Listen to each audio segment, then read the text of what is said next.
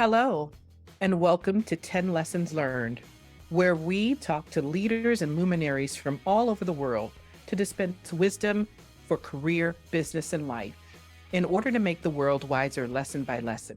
My name is Diana White, and I'm your host for this episode. Our guest today is Martin Salama. Martin is known as the architect of the Warrior's Life Code. He specializes in helping frustrated people with their lives quickly shift their mindset and uncover their greatness so they can live their true potential and enjoy life. An example of what he's achieved is a client like Roberta, who lost her six-figure job due to COVID and came to Martin depressed and very lost.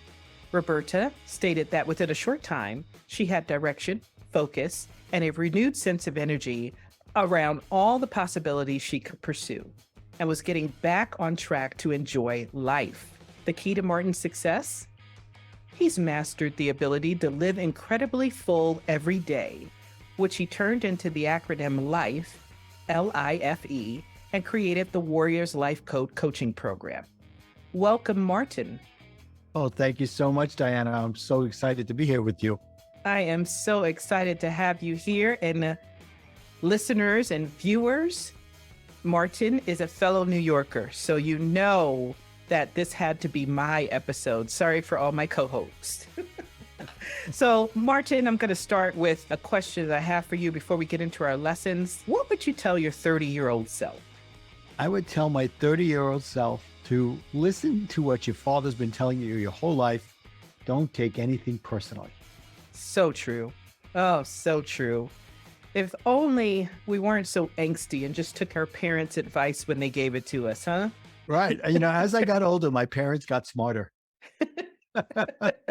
It's so true. And I bet you if you asked them, they'd say, "How? As he got older, he got smarter." Because that's what my mom says about me. Exactly. Well, let's start up with your first lesson. Lesson number 1. Start with admission, cleansing, and celebration. Let's talk about that. So admission, cleansing, and celebration. So let me first tell you all of these lessons that we're talking about, I have in a card deck that I've just produced called the Worrier to Warrior card deck.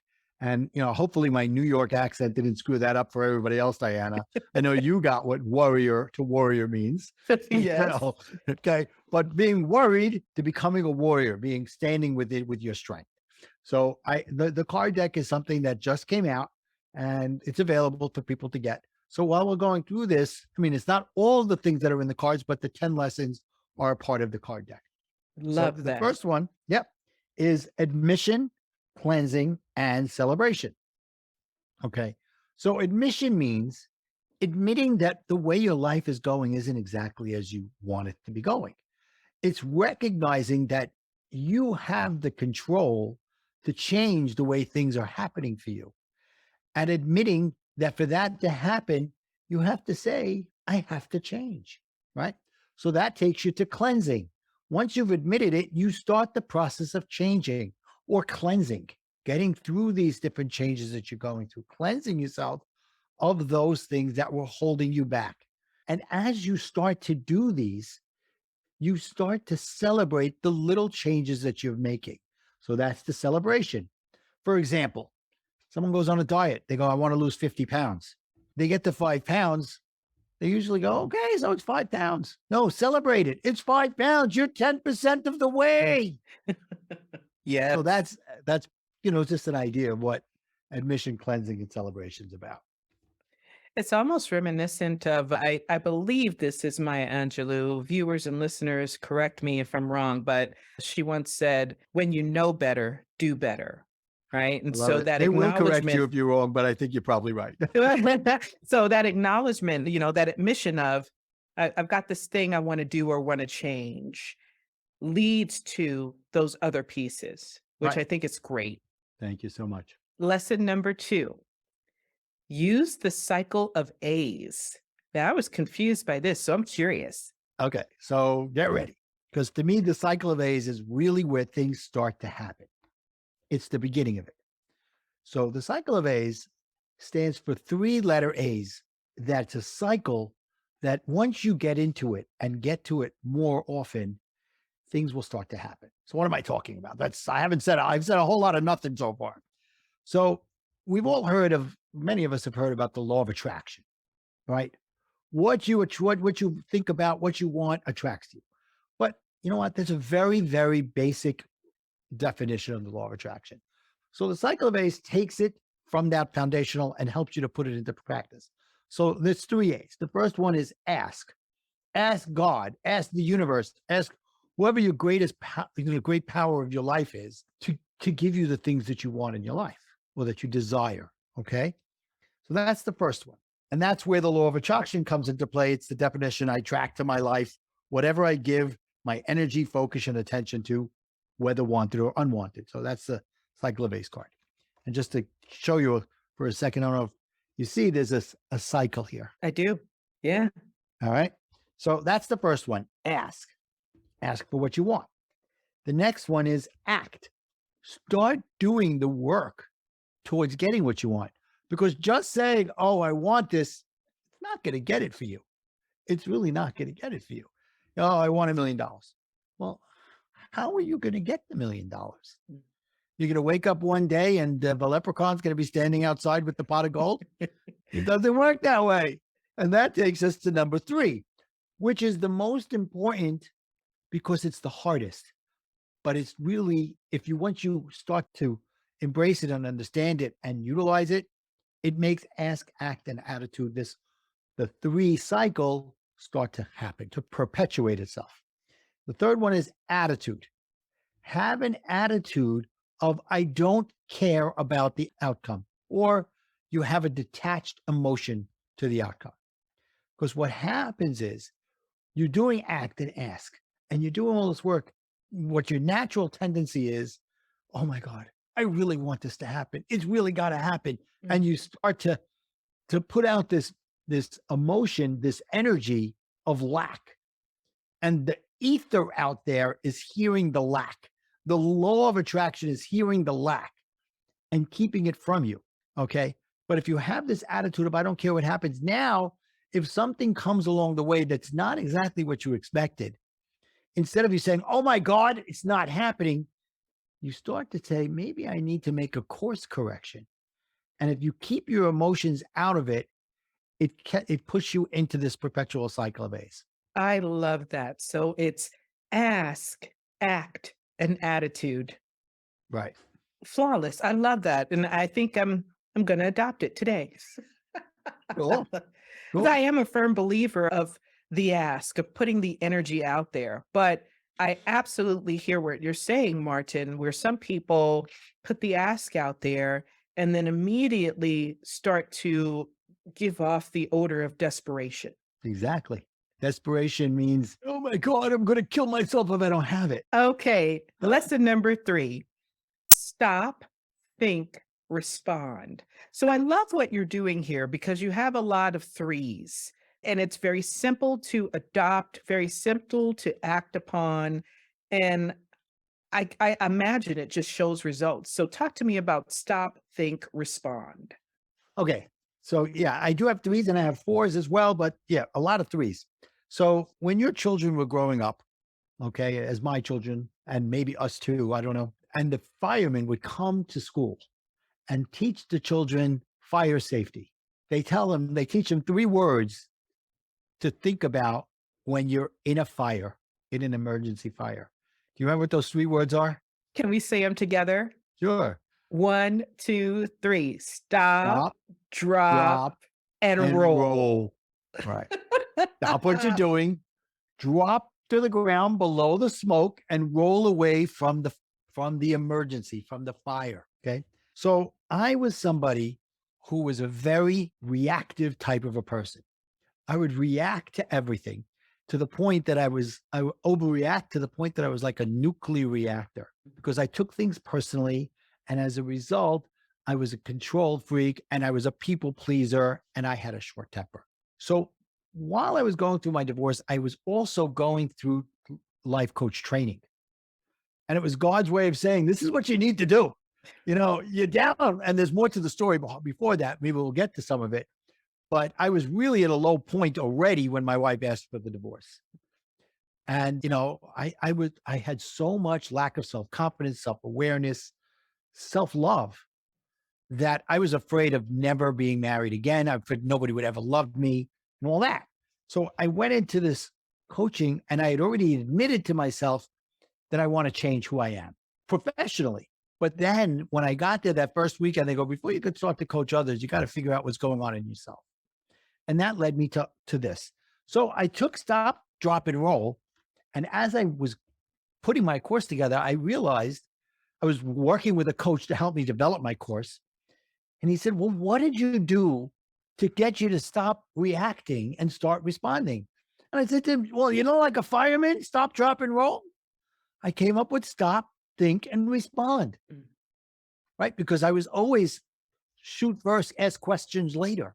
So now I said, and this came through as I was going through coaching, I was going through my divorce, and I was noticing the the buttons that she would push, whether consciously or unconsciously, to get me going.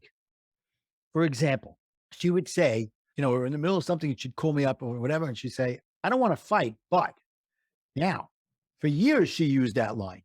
And to me, it meant, let's get ready to rumble.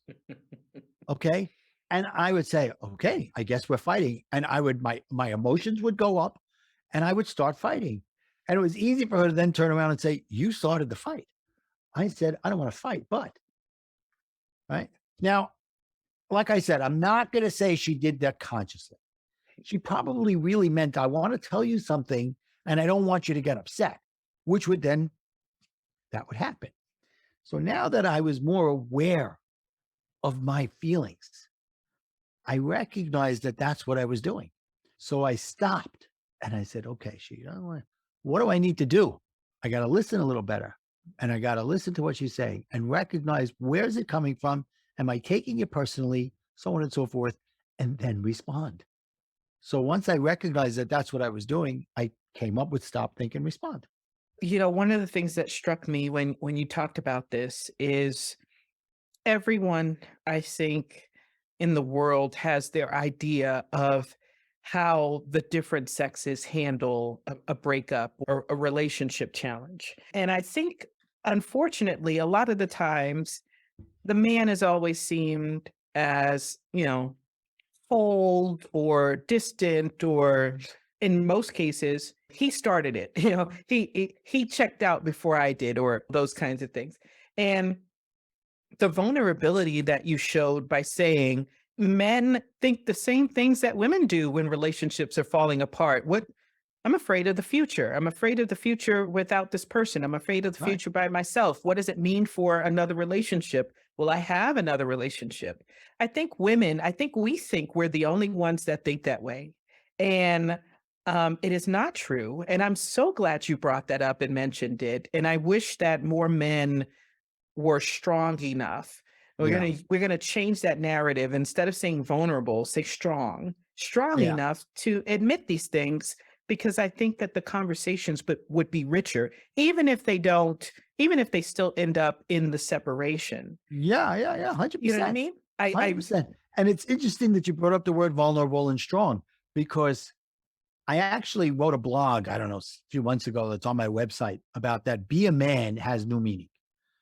Okay. yes. When I was growing up in the 70s and 80s, all right, it was the time of macho man, you know, and all that. And before that, in the 40s, 50s, 60s, men didn't show their emotions because if they did, they were looked at as weak. Yeah. You never asked for help and you held your emotions in. I was an emotional kid when I was growing up. I was always an emotional kid. And my father would say, don't worry about it so much. But that was the times that he had. And I really took everything personally. Now, I've learned to temper that. But thanks to somebody like Brene Brown, who's brought the Yes. word vulnerability out of the closet. Whereas at the time, we would look at vulnerability as a weakness. And now you're so right. When you show your vulnerability, you show your authenticity, you're showing you can be strong while having emotions. So thank Makes you for bringing that sense. up.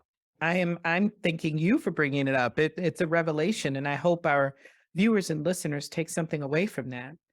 So lesson number 4, Mhm. reframe your meaning of life and life in your acronym, which is, once again, tell us what that acronym is. So life stands for me for live incredibly full every day. Love it. And Thank so you. reframe your meaning of living incredibly full every day. Tell us about that. So as I was going through my divorce and coming out the other side, I immediately became a divorce recovery coach. Made sense. I just came through a divorce, and the things I had learned had helped me get through the divorce. And I did this for a few years. And like you said, it was interesting because I couldn't get too many men clients because they didn't want to admit their feelings and so on and so forth. But I still had clients and so on and so forth. And then I looked in the mirror one day and I wasn't happy with the way I looked. I wasn't happy with the way I felt. My coaching was just a side job and my regular job was a dead end job. Mm. And I was allowing all those things to hold me back. And I wasn't being coached, which was like every coach needs a coach at all times.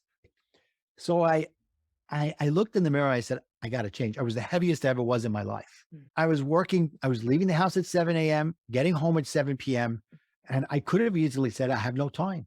But I wanted the change. The change was strong enough in me that I said, okay, what can I do? Oh, my friend was talking on Facebook that there's a 30-minute video that I can do from home. Great. I can wake up 45 minutes earlier, work out, take a few minutes to cool down, take a shower, and still get to work. And just change my time schedule. I did that. I started eating better. I started reading better. I started allowing myself to be coached again. And in 9 months, I lost 65 pounds. Wow. But That's amazing. yeah, but along with that came a new sense of self. And I went from self-conscious to self-aware, which we'll get a little deeper in lesson 9. Okay, just to give you a little tip of it. And I started doing things like meditating. Now I'm ADHD. Okay. So imagine me being meditating, guided meditation for 10 minutes. When is this going to be over? Okay. But one of these times I had this download that I loved my life and I loved everything that was going on. And I wanted to help other people. After I meditated, I wrote for 2 hours. And out of that came life, live incredibly full every day.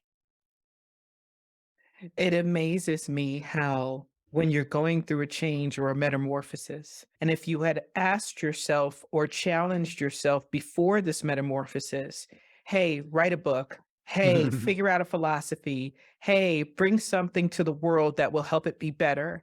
You would say, what? I'm not that person. Right, right. Exactly. That actually happened to me. Somebody turned to me and said, you should write a book. I'm like, me?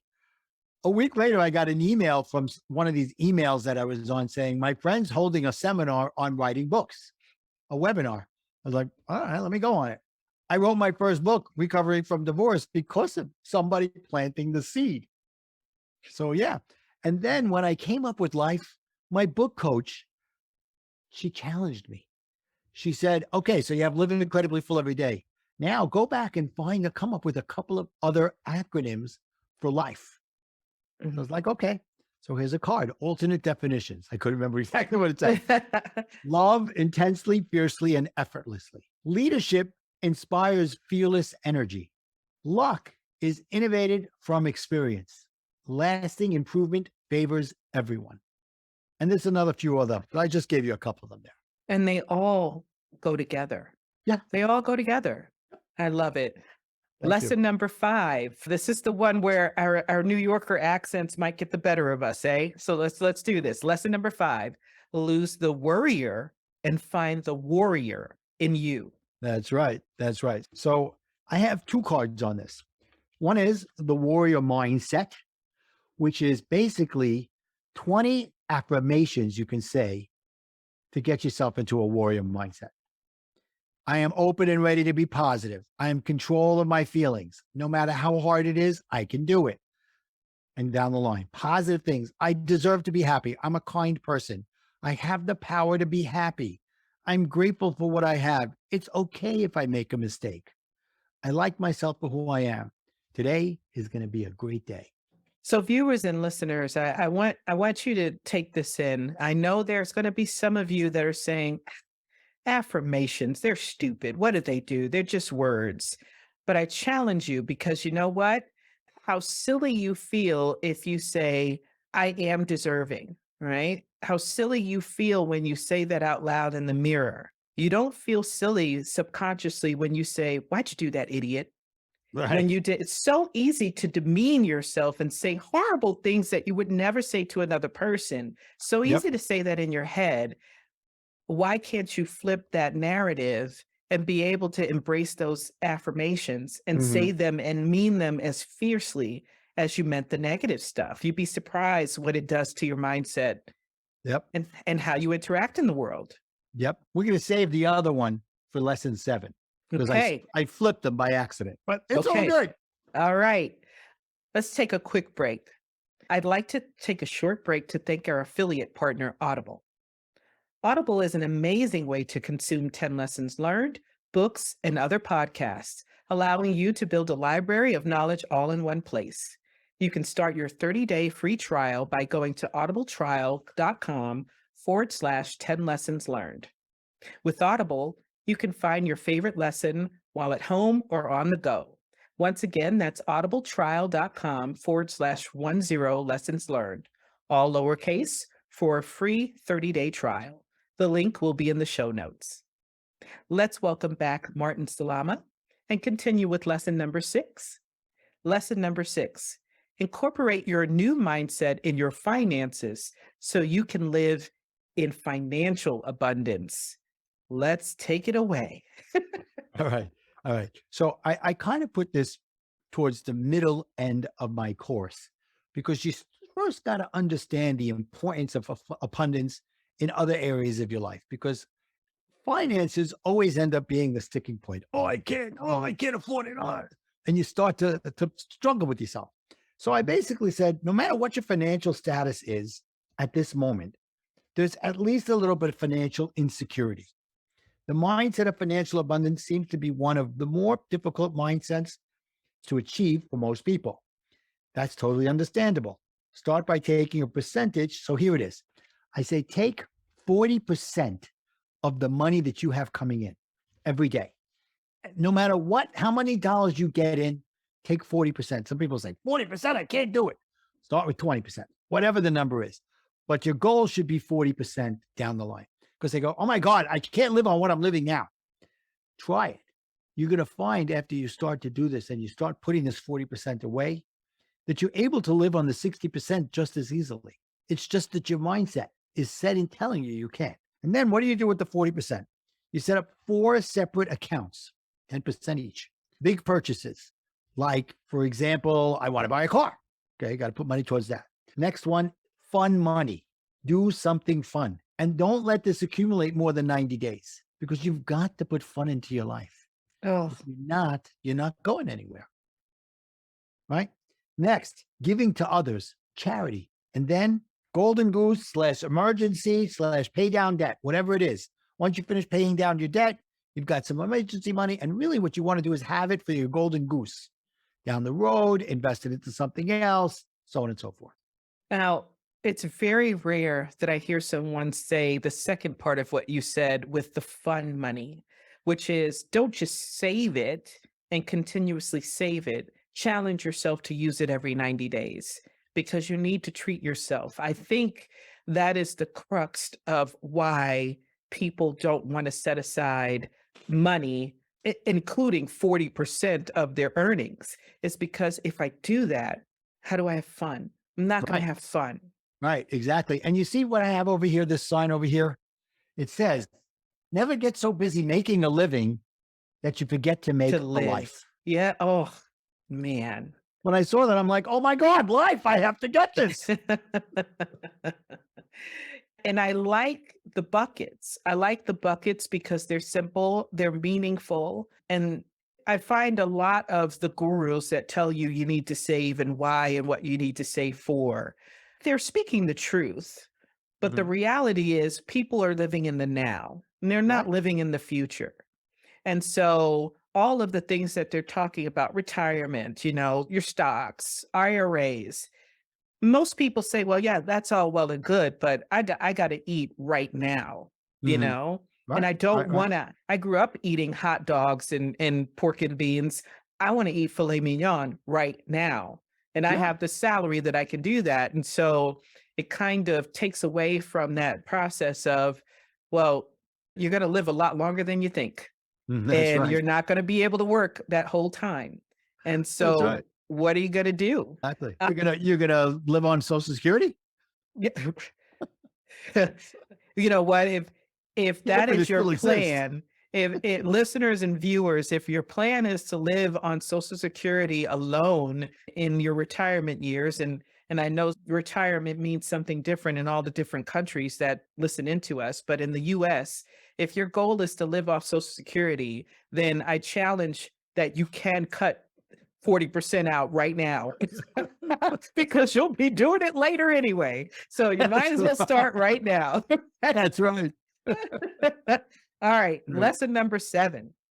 Okay, so now 7, we're gonna talk about to find the warrior within you because we did the affirmations. Yes. Number 6. Number 5, Now, right? lesson number 7, use the warrior mindset affirmations every day.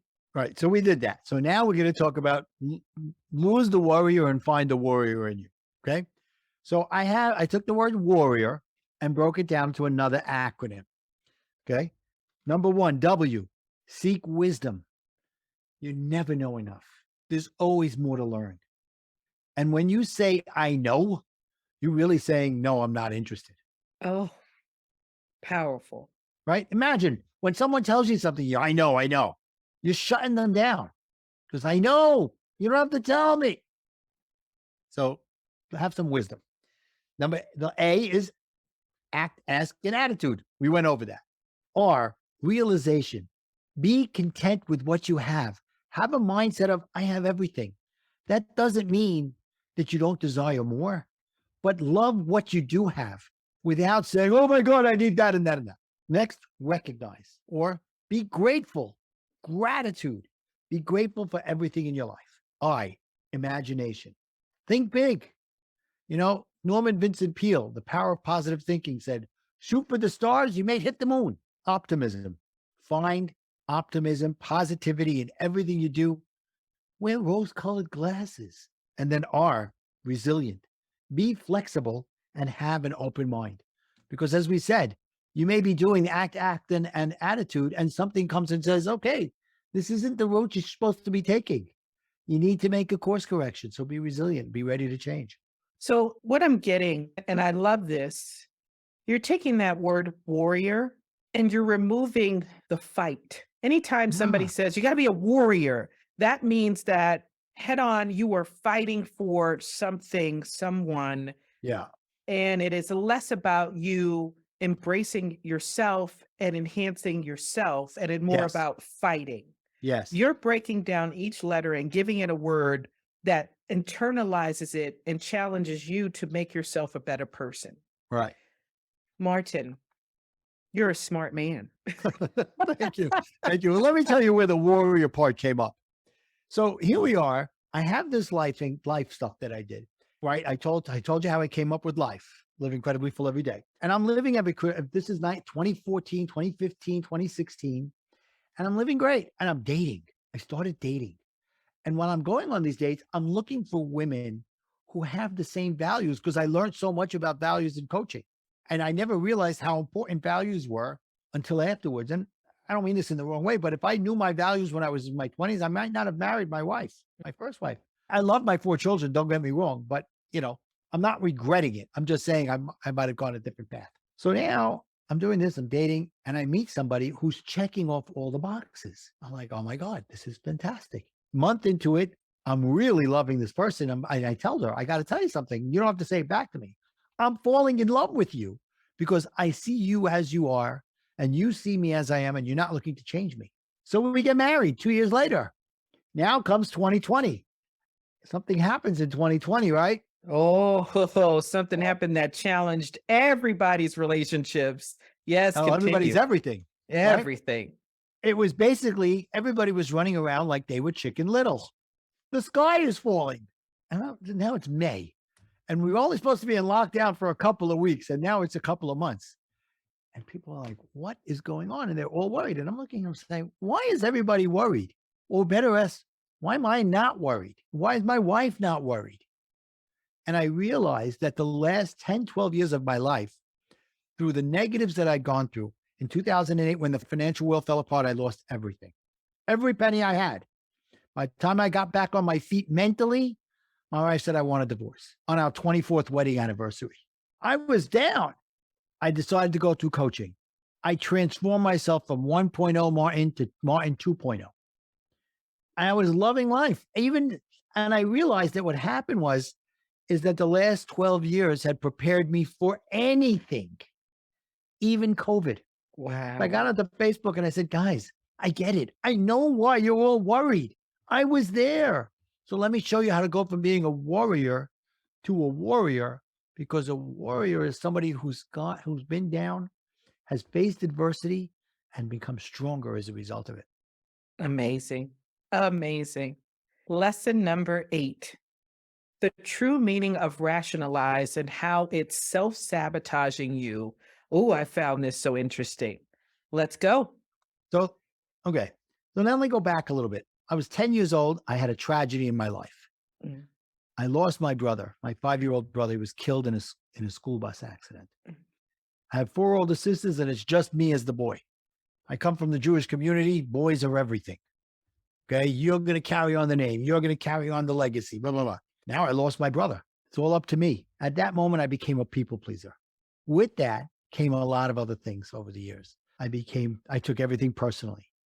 I was short-tempered. I was a control freak. So as a people pleaser, I would do things and I would rationalize that why I'm doing them is for the greater good. It took me about 40 plus years to recognize that word rationalize was me self-sabotaging, because it's really, and this is something I've trademarked, it's 2 words.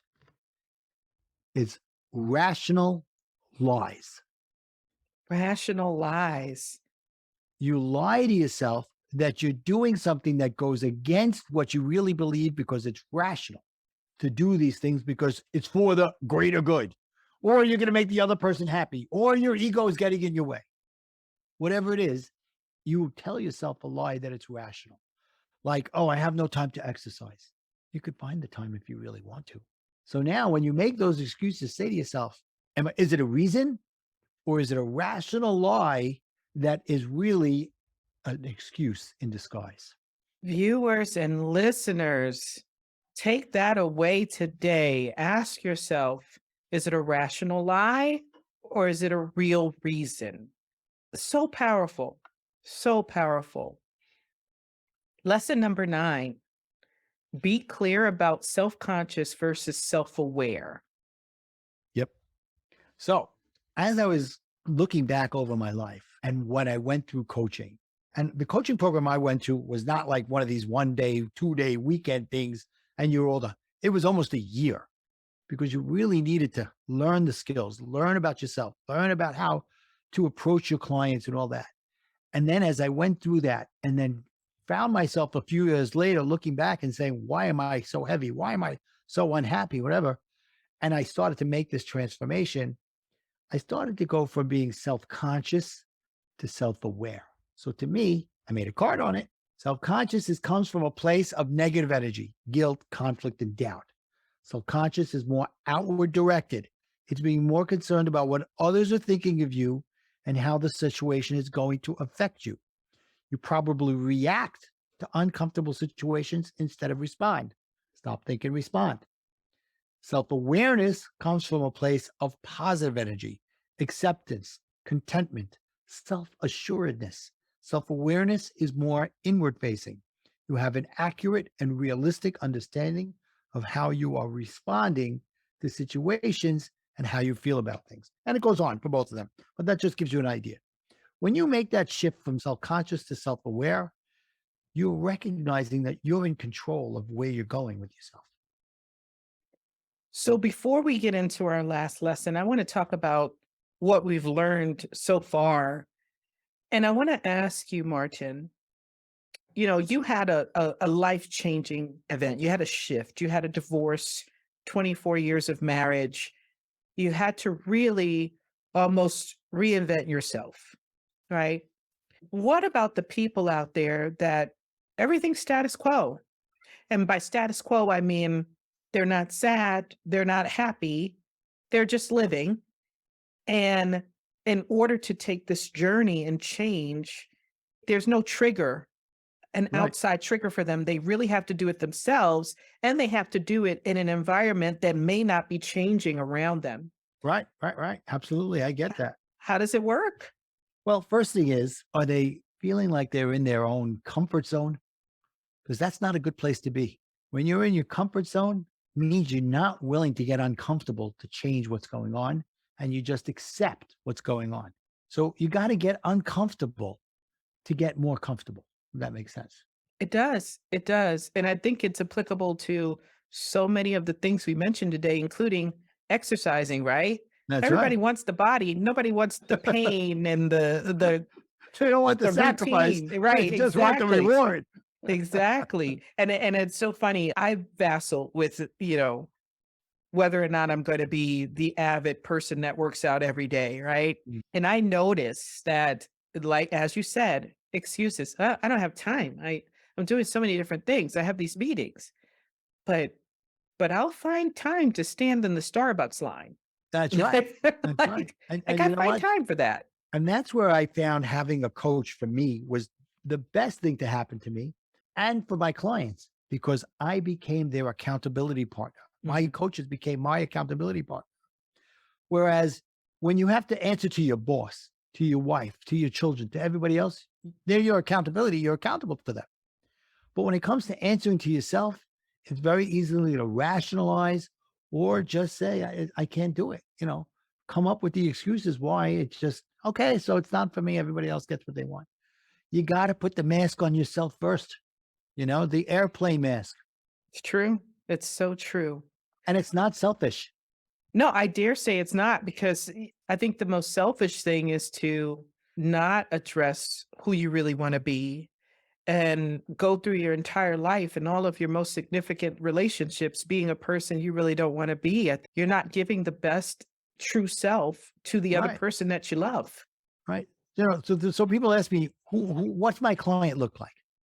I said, it's that person who feels there's something off, but they're not sure. They have this like existential crisis going on, Yeah. saying, is this all there is? And you know what my answer to them is?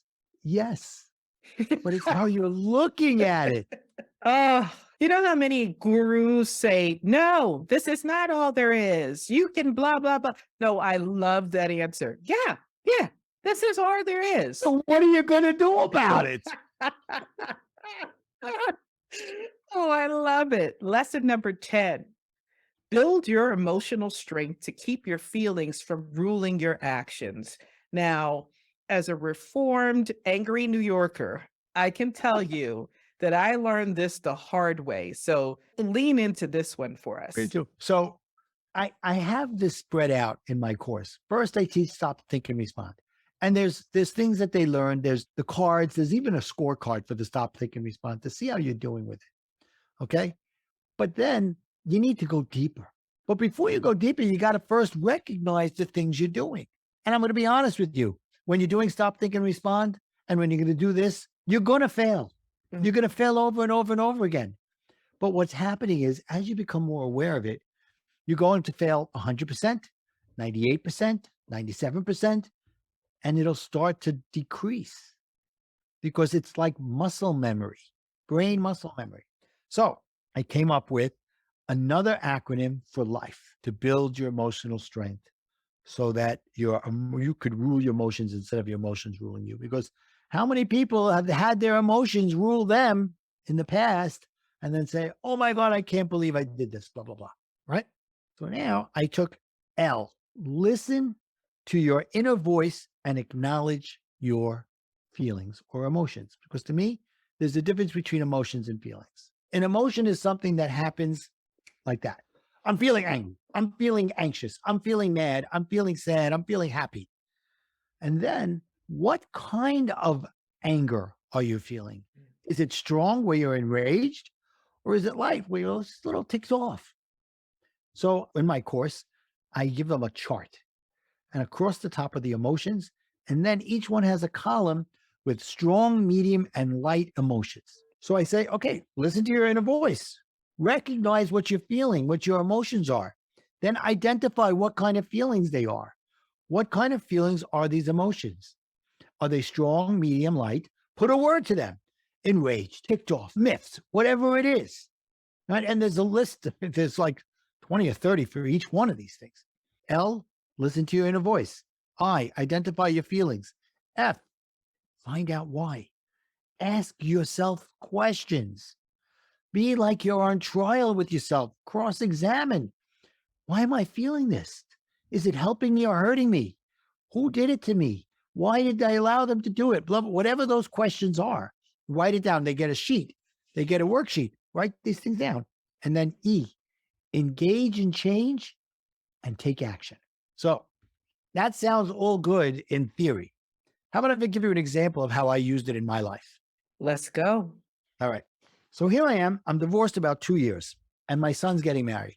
And we have a tradition. It doesn't happen all the time. Now, I'm living in New York. My ex and my children, for the most part, are living in New Jersey. They come to me every once in a while. And my son happened to be living with me because he was going to Baruch at the time, which is in New York. But for the weekend, he went to New Jersey the weekend before his wedding. And we have this tradition where sometimes we do it, sometimes we don't. And I thought we had decided not to do it, to have a Saturday lunch after they go to synagogue on Shabbat, have lunch for the bride and groom. My son comes home after the weekend and says, Dad, I'm so sorry. I didn't know that mommy was making a lunch and you weren't there. Now, the old me, first thing I said to him, it's not your issue. It's your mother. The old me would have picked up the phone 3 days before the wedding and would have said, who the heck do you think you are? That was me. That's what I did. I reacted. So I said, let me think about this. How do I feel? I feel angry. Okay. What kind of anger am I feeling? Great anger. Why? So L, I was feeling enraged. L, I was angry. I identify I was enraged. F, find out why. Why did I feel this way? She went behind my back. She did these things. She makes me not. Okay. I wrote out all these things. And then I went engage in change and take action. So here's where it came into play. The old me would have done that. And what would have happened at the wedding 2 days later? I would have been upset. She would have been upset. He would have been upset. Everybody would have heard about it. The family, the kids, everybody. And I'd be the bad guy. So I waited. So my action was I wrote down, what am I going to do? And I said, I'm going to wait until after the wedding. 2 days after the wedding, I picked up the phone and I said, this is what you did. This was the message that you sent. It was controlled anger. People think life coaching is to teach you how to be happy and never have anger. Right. It doesn't work that way. Yes. You're never going to be never angry, never sad. It's how you control those emotions when they come. And I called her up and I told her these things. And I got my 2 cents out and I ended it. And this was a defining moment for me. I said to her at the end of the conversation, thank you for divorcing me. Because until that moment, there was still this little thing of maybe we could get together. Maybe I could figure it. We were just never right for each other. We were in a codependent relationship.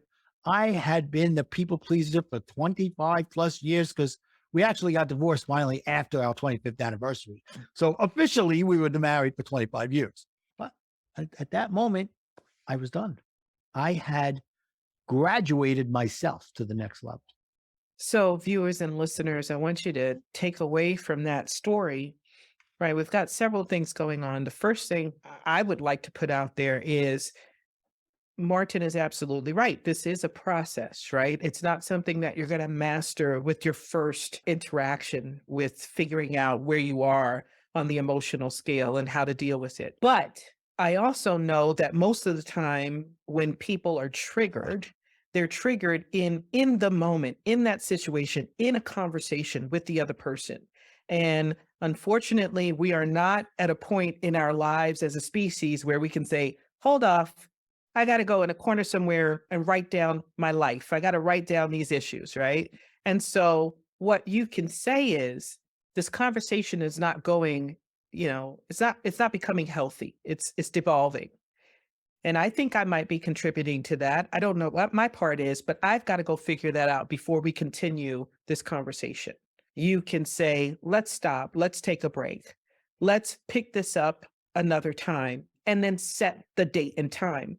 I think, Martin, you'll agree that not only does that let the other person know that you're not trying to dismiss them, but it also holds you accountable to figuring that out before you meet again, Right. right? Absolutely. And it's something that you will have to practice, and it's something that will make you uncomfortable.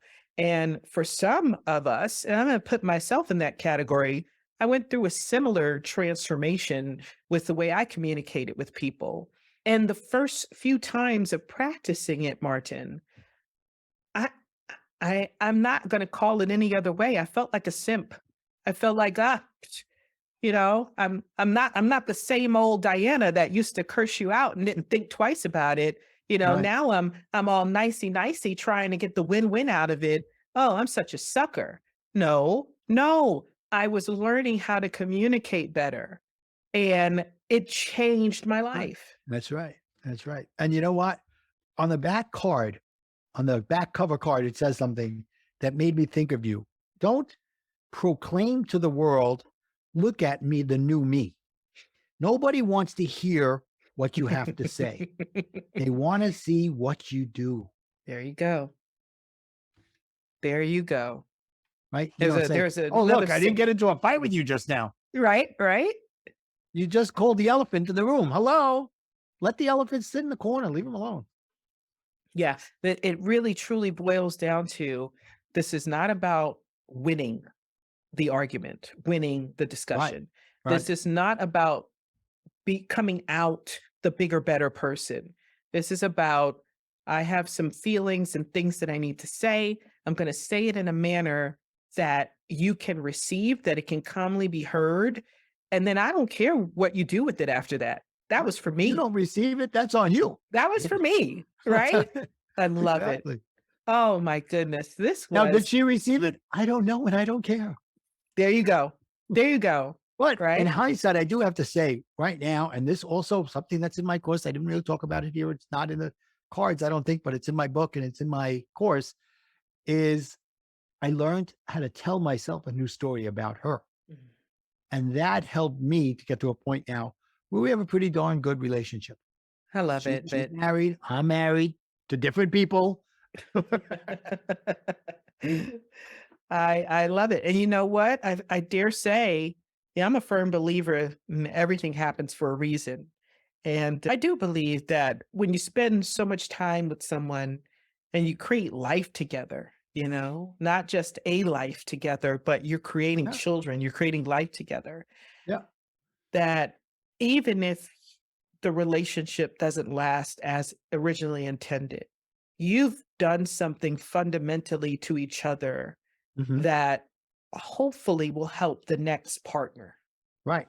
Yeah, help you be exactly. better for the next partner. Exactly. And that was part of what I had, what my coaching when I was doing recovering from divorce was explaining to people, if you don't change yourself, when you get into a relationship, you're going to end up marrying somebody exactly like the person you were married to, just in a different body, because you attract what you're looking for. And if you don't change what you're looking for, you're going to get the same thing. Well, this has been absolutely amazing, but I got to hit you with one more question. Here it comes. I mean, you have formed so much knowledge. What have you had to unlearn? I had to unlearn that I don't know everything and that Mm, I'm not always right. I love that. And that is hard for anyone to admit, but I gotta say, I hate to keep bringing regional back up, but it's particularly hard for a New Yorker. That's right. Forget about it.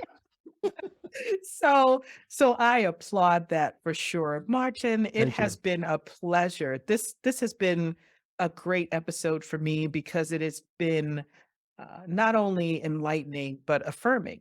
Because a lot of the things you talk about, I had to get to through trial and error, and it just feels so good to know that there's somebody out there. This is what we do. This is why we created 10 lessons so that people can learn from other people's journeys. Right. And I'm so glad you're out there with your programming, helping people go through these journeys and not do it the hard way or the hard headed way, Right. that the way I did, as I should say. Gotcha. Yep. Yep. Oh, well, I want to thank my guest, Martin Salama, for sharing his lessons with us today. Thank you You so much. you are amazing, and I'm probably going to be one of the first ones to get in there and, and buy the book. I tell you that Thank for you. Well, it's sure. easy to get the book. It's easy to get the cards. It's go to connectwithmartin.com. Oh goodness. So say it one more time for us so we can put it up on the screen. Sure. It's connectwithmartin.com. When you go there, you'll get a link to the cards, a link to the pre-launch of the book. And when you get that, you'll get the first three, chapters and some free gifts. You'll also get a link to, if you want free gift, like imagine if I told you, how would you like those 7 steps of the warrior in a coloring book for adults? Yeah, I would like that a And lot. I also have it there for kids too, because that's what it started out as being. And then I made one for adults too. Oh, So those are some of the links when you go to connectwithmartin.com. but we'll get those affirmation cards too, right? Well, they're in the cards. Yeah, Oh. the cards are there. It's right at the top. You can link on it and buy the cards and get them shipped right to you. I love it. I love it. Thank you. You've been listening to 10 Lessons Learned. This episode is produced by Robert Hossery, supported as always by the Professional Development Forum. Please tell us what you think of today's lessons. You can email us at podcast@10lessonslearned.com. That's podcast at the number 10 lessonslearned.com. Go ahead and hit that like button, subscribe, and turn on the notification bell so you don't miss an episode of the only show that makes the world wiser, lesson by lesson. Thank you, Martin. Thank you, Diana. Be safe, everybody.